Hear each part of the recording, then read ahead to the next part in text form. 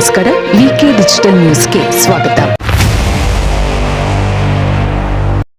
ಈ ಕ್ಷಣದ ಪ್ರಮುಖ ಸುದ್ದಿಗಳು. ರಾಮನಗರದ ಫಾರ್ಮ್ ಹೌಸ್ ಗೇಟ್ ಬಳಿ ನಾಡ ಬಾಂಬ್ ಸ್ಫೋಟ, ಗಂಭೀರ ಸ್ಥಿತಿಯಲ್ಲಿ ವಕೀಲ ಮೋಹನ್.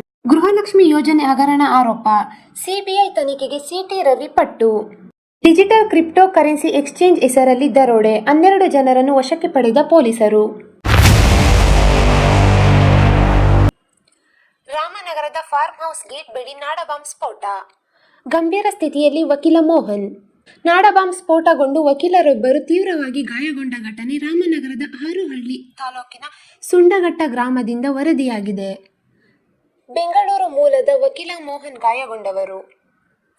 ಮೋಹನ್ ಸುಂಡಘಟ್ಟ ಗ್ರಾಮದಲ್ಲಿ ಫಾರ್ಮ್ ಹೌಸ್ ಹೊಂದಿದ್ದರು. ಗುರುವಾರ ತಡರಾತ್ರಿ ತಮ್ಮ ಫಾರ್ಮ್ ಹೌಸ್ಗೆ ಬಂದು ತಂಗಿದ್ದರು ಎಂದು ಹೇಳಲಾಗಿದ್ದು, ಯಾರೋ ಕಿಡಿಗೇಡಿಗಳು ಫಾರ್ಮ್ ಹೌಸ್ನ ಗೇಟ್ ಬಳಿ ನಾಡ ಬಾಂಬ್ ಇಟ್ಟಿದ್ದಾರೆ ಎಂಬ ಶಂಕೆ ವ್ಯಕ್ತವಾಗಿದೆ. ಜೂನ್ 26 ಮುಂಜಾನೆ ಶುಕ್ರವಾರದಂದು ಮೋಹನ್ ಫಾರ್ಮ್ ಹೌಸ್ನಿಂದ ಹೊರಬಂದಾಗ ಗೇಟ್ ಬಳಿ ಇಟ್ಟಿದ್ದ ನಾಡ ಬಾಂಬ್ ಗಮನಿಸದೆ ಅದರ ಮೇಲೆ ಕಾಲಿಟ್ಟಿದ್ದಾರೆ. ಈ ವೇಳೆ ನಾಡ ಬಾಂಬ್ ಸ್ಫೋಟಗೊಂಡಿದೆ. ಸ್ಫೋಟದ ತೀವ್ರತೆಗೆ ವಕೀಲ ತೀವ್ರವಾಗಿ ಗಾಯಗೊಂಡಿದ್ದಾರೆ. ಬೆಂಗಳೂರಿನ ಖಾಸಗಿ ಆಸ್ಪತ್ರೆಯಲ್ಲಿ ಅವರಿಗೆ ಚಿಕಿತ್ಸೆ ನೀಡಲಾಗುತ್ತಿದ್ದು, ಘಟನಾ ಸ್ಥಳಕ್ಕೆ ಪೊಲೀಸರು ಭೇಟಿ ನೀಡಿ ಪರಿಶೀಲನೆ ನಡೆಸಿದ್ದಾರೆ. ಕೋಡಿಹಳ್ಳಿ ಪೊಲೀಸ್ ಠಾಣೆಯಲ್ಲಿ ಈ ಸಂಬಂಧ ಪ್ರಕರಣ ದಾಖಲಾಗಿದೆ. ಡಿಜಿಟಲ್ ಕ್ರಿಪ್ಟೋ ಕರೆನ್ಸಿ ಎಕ್ಸ್ಚೇಂಜ್ ಹೆಸರಲ್ಲಿ ದರೋಡೆ, 12 ಜನರನ್ನು ವಶಕ್ಕೆ ಪಡೆದ ಪೊಲೀಸರು. ಇಲ್ಲಿನ ಸಂಜಯ್ ನಗರದಲ್ಲಿ ಡಿಜಿಟಲ್ ಕ್ರಿಪ್ಟೋ ಕರೆನ್ಸಿ ಎಕ್ಸ್ಚೇಂಜ್ ಹೆಸರಲ್ಲಿ 17.6 ಲಕ್ಷ ರೂಪಾಯಿ ದರೋಡೆ ನಡೆದಿದೆ. ಈ ಸಂಬಂಧ ಪೊಲೀಸರು 2 ಕಾಶ್ಮೀರ ಪ್ರಜೆಗಳು ಸೇರಿ 12 ಜನರನ್ನು ಬಂಧಿಸಿದ್ದಾರೆ.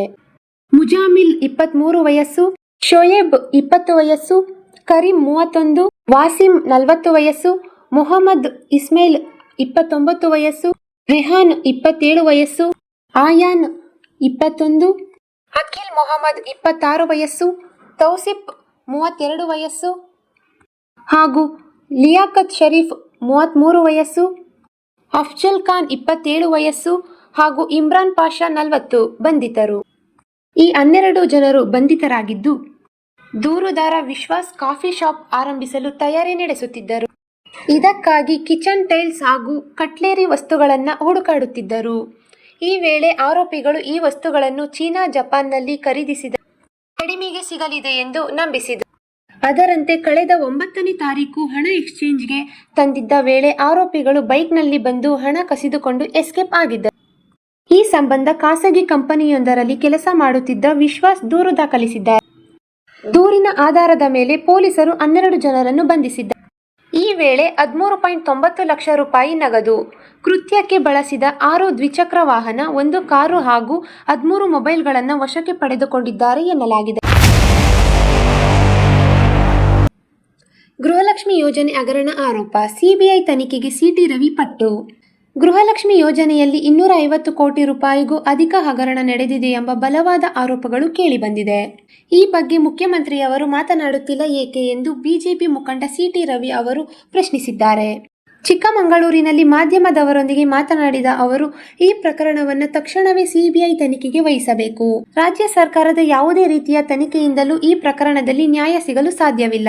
ಏಕೆಂದರೆ ನಕಲಿ ಖಾತೆಗಳನ್ನು ಪತ್ತೆ ಹಚ್ಚಿದ್ದು ಸರ್ಕಾರವಲ್ಲ, ಬದಲಿಗೆ ಸಿಐಜಿ ಈ ವಂಚನೆಯನ್ನ ಬಯಲಿಗೆಳೆದಿದೆ.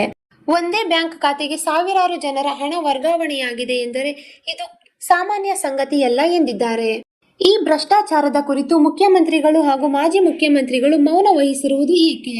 ಹಿಂದಿನ ಮಹಿಳಾ ಮತ್ತು ಮಕ್ಕಳ ಕಲ್ಯಾಣ ಸಚಿವರ ಮೌನವು ಹಲವು ಅನುಮಾನಗಳಿಗೆ ದಾರಿ ಮಾಡಿಕೊಟ್ಟಿದೆ.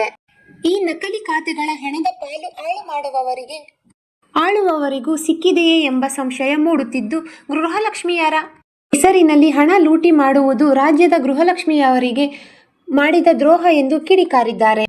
ಶೋಭಾ ಕರಂದ್ಲಾಜೆ ಹಾಗೂ ಸಿಟಿ ರವಿ ಪತ್ತಿಗೂ ಯೋಜನೆ ತಲುಪುತ್ತದೆ ಎಂದು ನಂಬಿಸಿದ್ದುಂಟು.